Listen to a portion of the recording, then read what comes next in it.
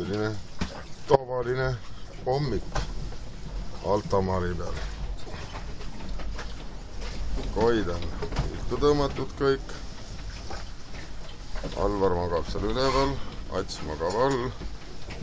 Siin on kapteni koi, kapten Kalev on hetkel vahis.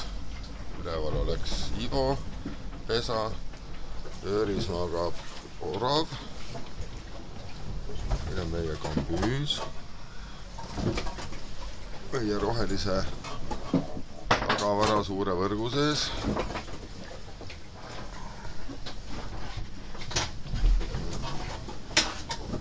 Minu pesa ja siin on meie pakihoid.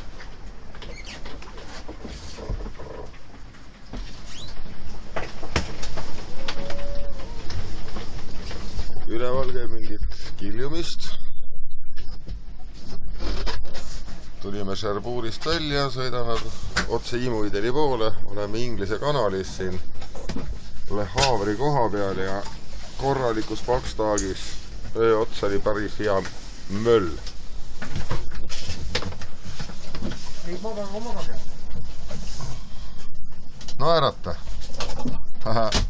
Kuule, me just mõtlesime, et vanad mehed magavad ja siin on vaba vesi ja